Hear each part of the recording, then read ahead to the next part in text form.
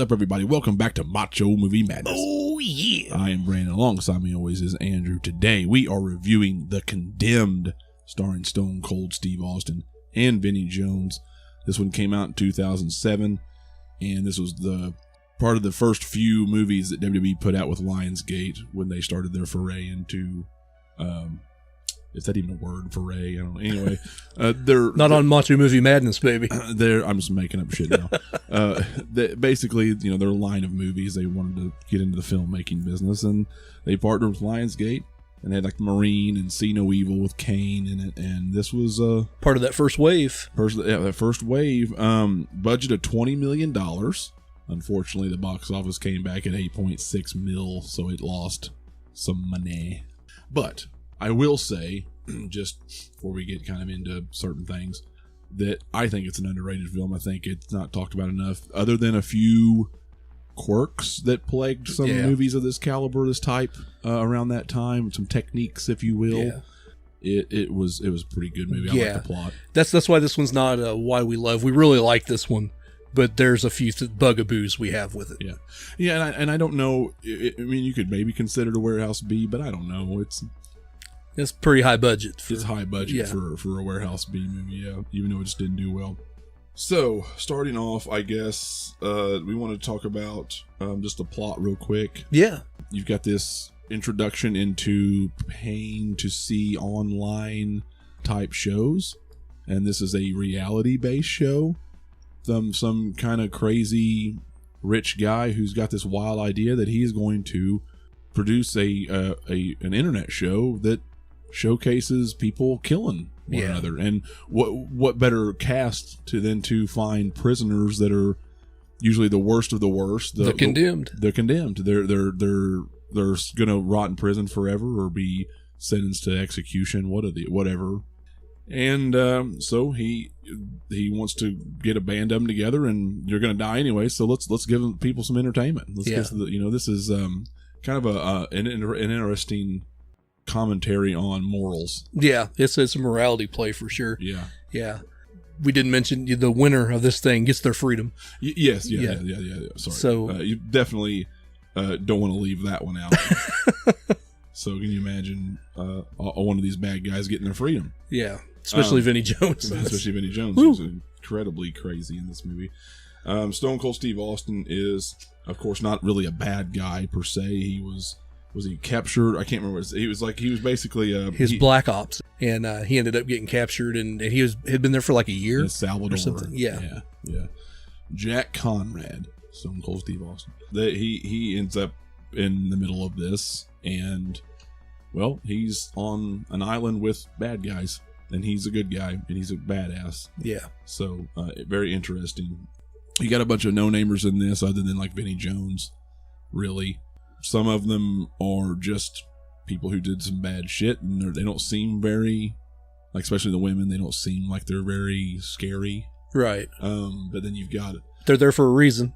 They are. But, you know, you got a few that seem like they'd be good adversaries. You know, you got the little Asian guy who's super Asian-y. He got the martial arts, and you know he's spry, and the sunglasses. I can't say anything. He's got a Liu Kang thing going on, and then you got Vinnie Jones, who's just a grade A psychopath. Yeah, and you got one couple guys who are bigger, who are kind of tough. Husband-wife duo, which is kind of strange. Husband-wife duo, yeah, very weird. Yeah. And there's, like I said, there's a lot of things in this movie that they don't pull a lot of punches on. I mean, there's signs of rape, or you know, and there's some bad stuff that happens in this movie. Even Vinnie Jones getting out at the end and then killing all those people who produced the show was pretty. Yeah, it was like it kind of plays with your morals and your emotions a little bit, because you hate to see these innocent people die, but you know, not 20 minutes ago in the movie they were all rooting for these people to kill each other. Careful what you ask for. Yeah. That's what's so sad and shocking about it, is these are innocent people, you know. But they did, you know, there's not part of a bad operation here. Yeah, not as evil as the guy who runs the thing, but anyway, what did you think of the plot overall? There's quite a few things I liked. It borrows from a few things, like the Running Man, you know, where they've got the bracelet on the leg. Yeah, and of course it's got an explosive tab. You pull it and it goes. And I really thought that would be used like maybe in the climax, but they used that a lot. They did. And I thought they kind of... Especially the woman, the black woman. She used that a couple times. I thought they used that way too much. Yeah. In this movie. But I could dig it. It's a good callback to the Running Man there. Yeah. And I like in the beginning when they're throwing him out of the helicopter and, you know, how they all have to land on a different spot in the island. And I thought the island was pretty cool looking too, all the locations they had. There in the beginning, they're fighting amongst that driftwood and everything. Yeah. I mean, it's kind of the Hunger Games before the Hunger Games too. It's a very Hunger Games style thing. It's just they're not given drops or anything like that. It's just you're left to your own devices basically. Yeah. Well, they I think they did drop air weapons at one time. There was a couple to make drops. the game more interesting. Yeah. They always dropped him toward Vinnie Jones, which, you know, plot twist. He was the guy that the producer was going to have win. Yeah. He made some kind of crazy deal with him to put on a good show. And, you know, it backfired because the guy got a little bit, you know, spoiler alert, the guy got a little bit too big for his britches and didn't hold up his end of the deal for Vinny. And Vinny's like, what the fuck, man? Yeah. This is why we don't negotiate with terrorists. That's right. So, so Vinny, you know, which, you know, it's hard to say what he would have done regardless, but now you really pissed him off. So now he's just going to take out every one of your people. Yeah. And that's what he did.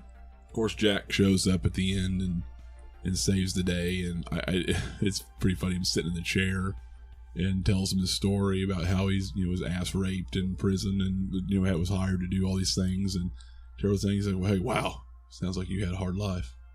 Yeah. Good thing it's over. Yeah, that's a good line. Yeah, that was good. I like the beginning too. Where are you from? A little town north of Anchorage or whatever called After Mama. Yeah. Your mom. Yeah, that was good. There was a lot of good scenes like that, and the action I think was good. The fighting was, you know, so, but most of the action and suspense was, I think, pretty decent.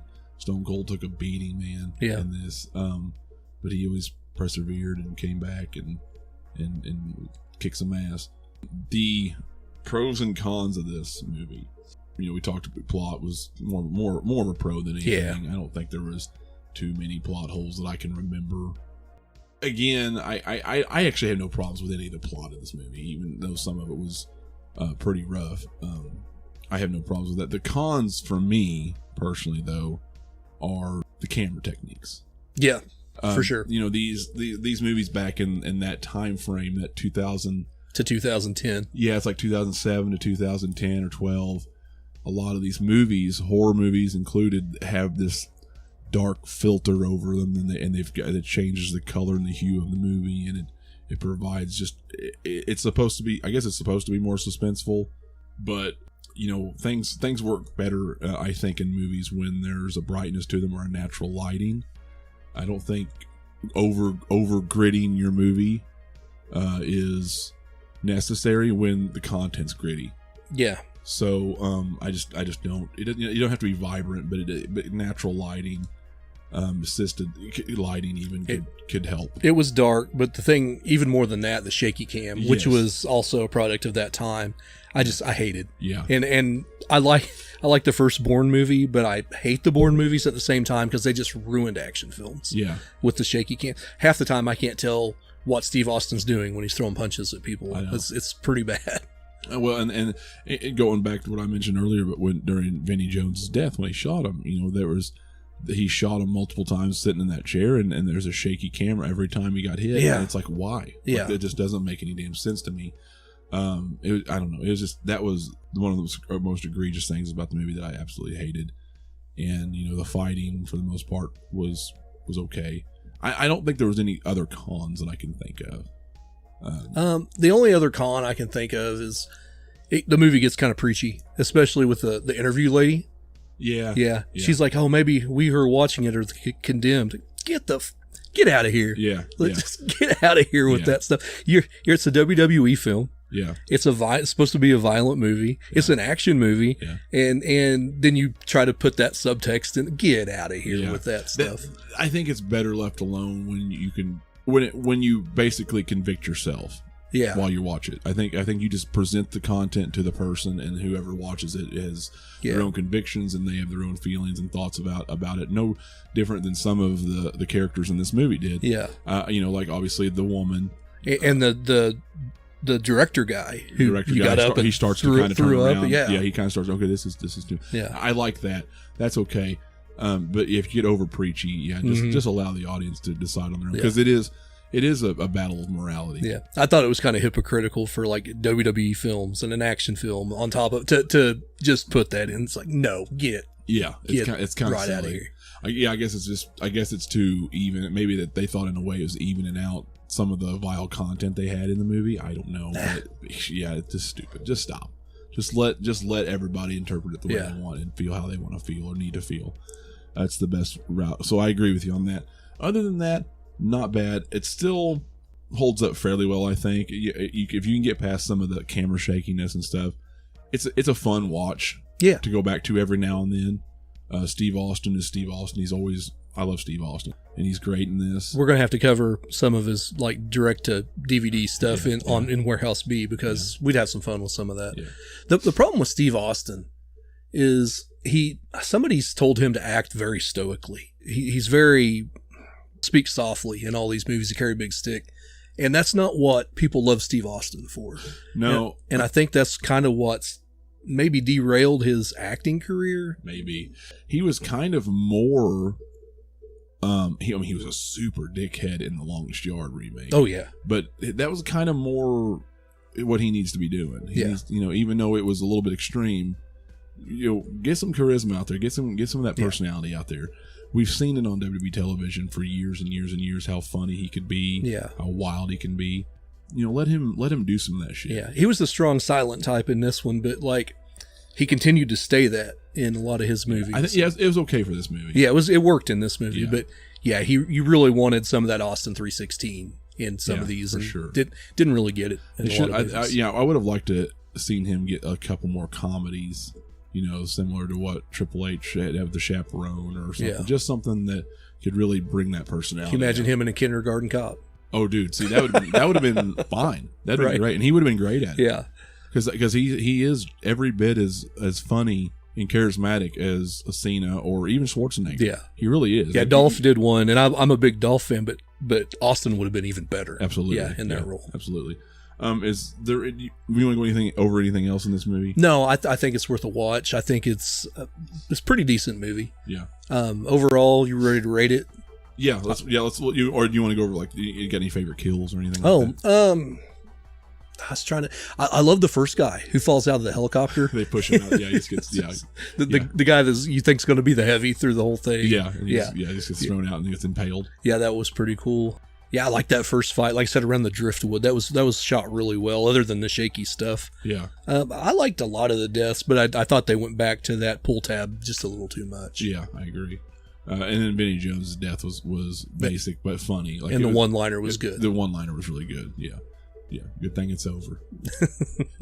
Just like this review, good thing it's almost over. No, it's probably out of 5. I'm going 3. I'd say 3. A good solid 3. That's fine because it deserves that. It's good enough, and it is, I think, worth going back to and rewatching every now and then. Yeah, maybe not like every year, like we do, like a Terminator or something. Yeah. But every year, Kenny watches Terminator twice a week. Well, yeah, I mean, that was a bad example. The Hidden, right? Watch it once or twice a year. And you can watch The Condemned every couple of years and be okay, probably. But yeah, 3 out of 5 is pretty solid. What do you want to do for our next review? What do you think? I think we've been talking why we love Commando.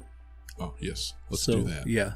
Let us know in the comments. We'll just keep this short and sweet today. Let us know in the comments below what you think of The Condemned. And give us a like and subscribe so you don't miss any content in the future. I think that's going to do it for now. We're out of here.